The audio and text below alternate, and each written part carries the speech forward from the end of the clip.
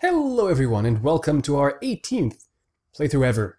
I am Ed and I will be your host, and today we're doing Project Zero, Maiden of Blackwater. Now, don't worry, I will make this whole face cam thing a lot smaller in a moment, but bear with me for a little bit. Project Zero, Maiden of Blackwater is actually a very interesting title. It is not a numbered entry in the series, although it should be Project 05, and I have a suspicion as to why that is. And that is because of this right here. This is Project 04 for the Wii, and it only came out in Japan.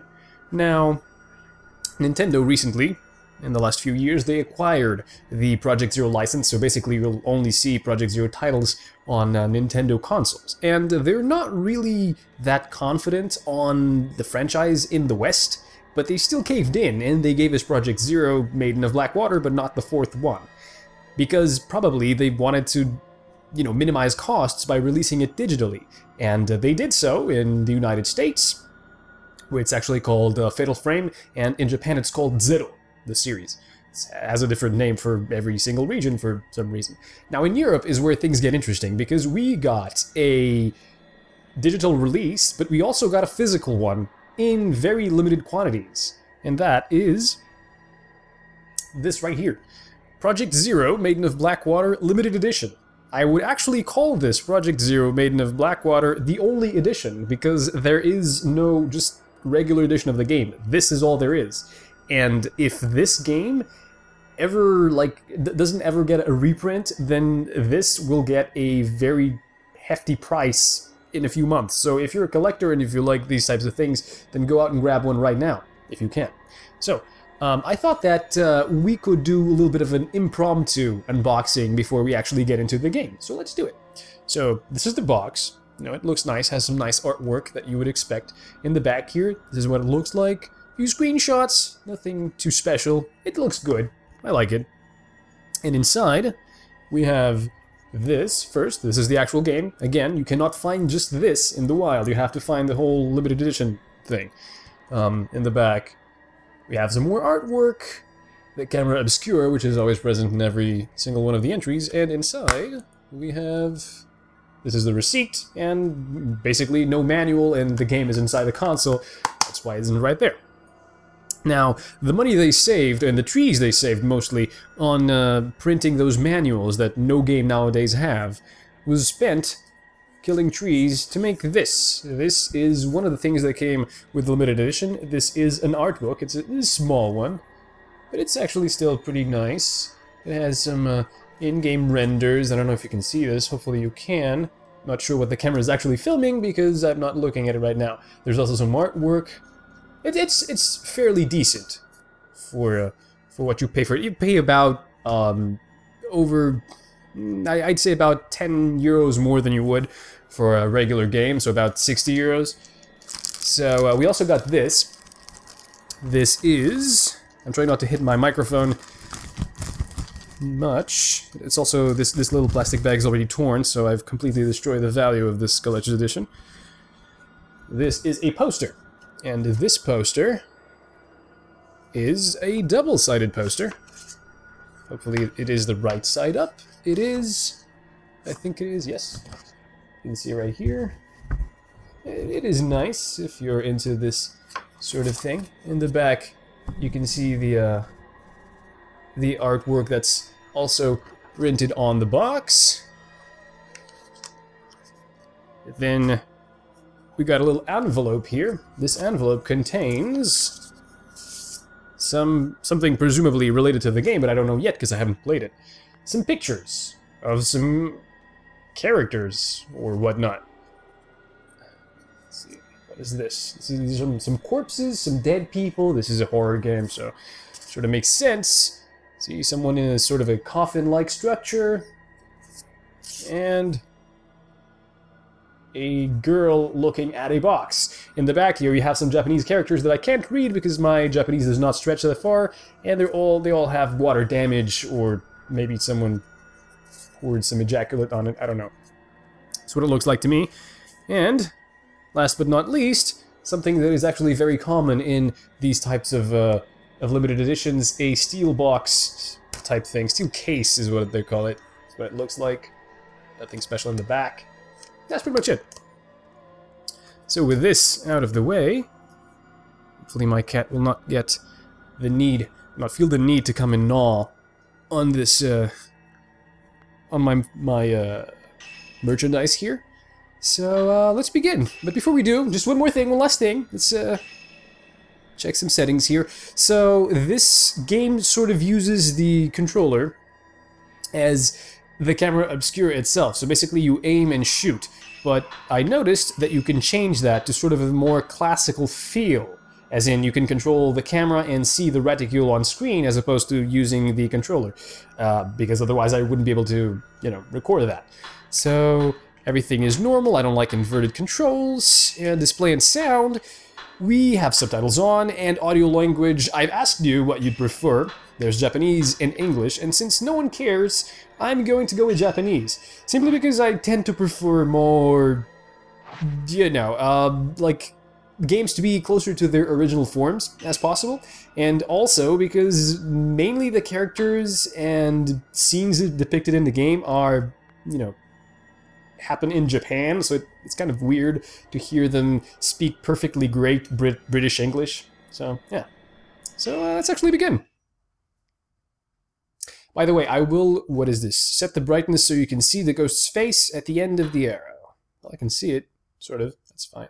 I'm also going to remove my face from cutscenes and the like, and I'll try to remain calm and quiet so that you can enjoy those. I'm a very considerate person like that. This game is a work of fiction, and resemblance to actual people or organizations is entirely coincidental, and I can't finish reading that because it's way too fast. Lurking in the Deep. Ah, the single by Adele. Wait. Spirited Away. In the vicinity of Mount Hikami, people have been mysteriously disappearing without a trace. One such girl is Miyu Hinasaki. Huh. She awakens to find herself in an old, half-flooded building. It sounds distressing.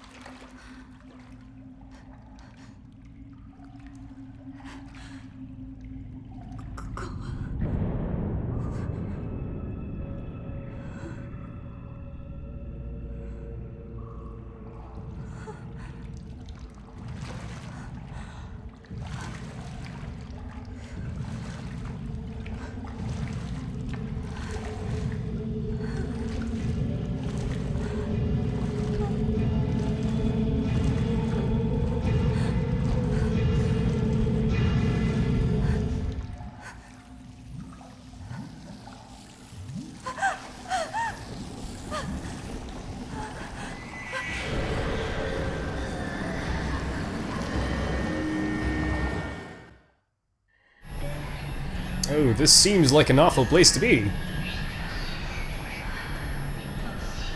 I have to get out of here. I couldn't agree more.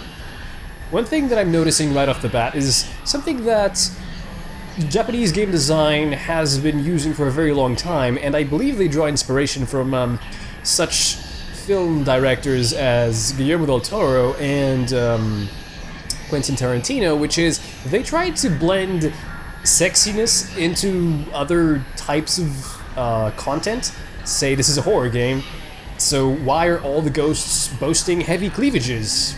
I don't know, but it's kind of weird and arousing at the same time. I like it, it's kind of neat.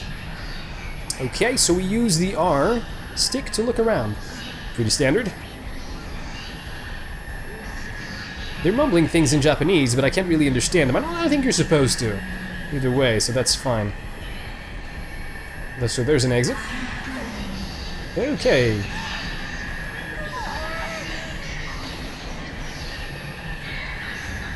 Move in the direction you want to move. Now, you want to walk. Now, I don't believe... wait, you're walking in my direction, or am I okay? Okay. I mean, we can't really die right here, can we? Because they haven't given us the camera obscura. Use L to move. There was another door, wasn't there? Yes. Let's try this first, because, you know, I like exploring in my video games. Could you guys perhaps move? Or... Okay, so they do move, and they do come at me, but I don't think we can die. As I was saying, because we don't have the camera obscura or any tools, any way of dealing with these, well, ghosts in this case, I don't believe the game will allow us to die. It won't open is being held shut by a powerful force. Okay, so I guess the only way to exit is, in fact, that door over there. And these ghosts are slow as molasses, which is great. It is amazing. Alright. Oh, that little chime thing, is it sort of there to indicate that, hey, you're doing the right thing, you're moving in the right direction?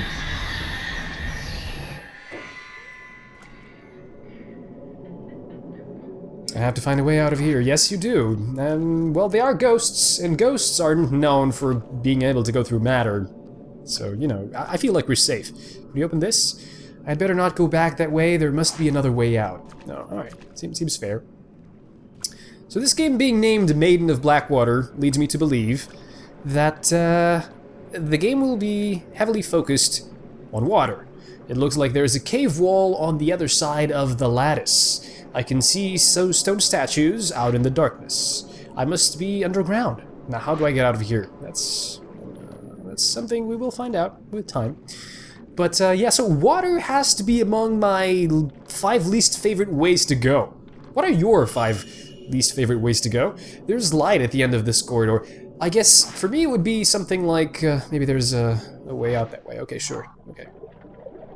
Well, given that, you know, our alternative, the sexy ghosts, I guess perhaps that way is the safest bet. They're chasing after me. I have to get out. Alright. Hold down ZL to run. Ooh, yes! Good job.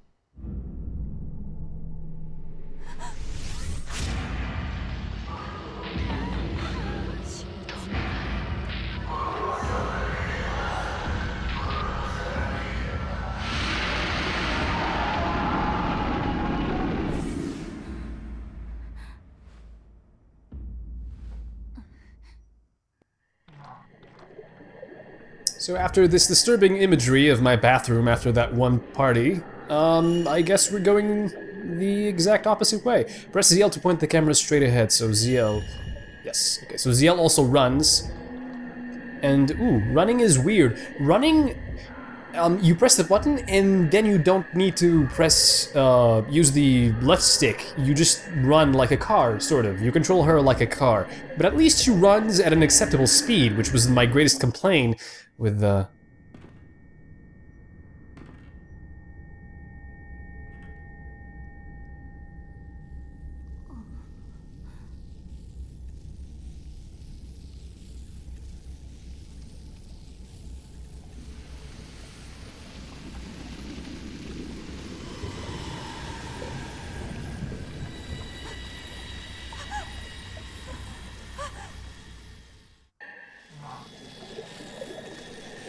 That sounds disgusting. By sounds, I mean looks, actually. Move L to turn back. Okay. Okay. Hold ZL to run in that direction. Alright, I'm not gonna argue with you there. But as I was saying, one of my greatest complaints with the only other entry in the series that I've played, which is Project 02, is that they ran too slowly. I understand why the game design goes that way in horror games, but still, I feel like there's going to be a cutscene here, that's why I'm waiting a little bit to finish my thought process. What do you know? cutscene.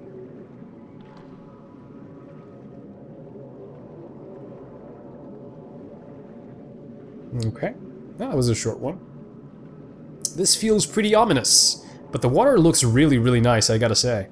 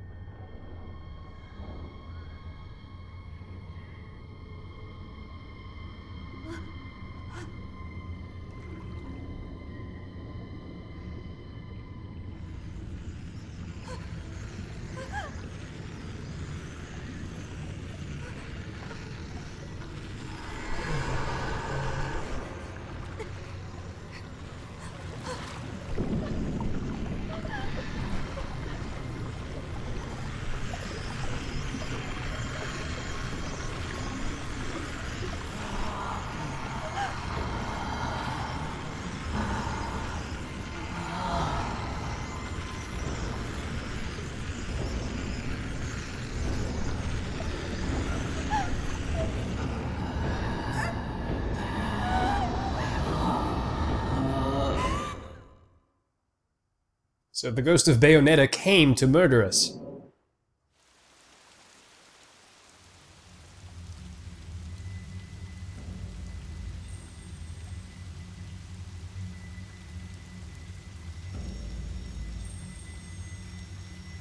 Miyu Hisaki has disappeared.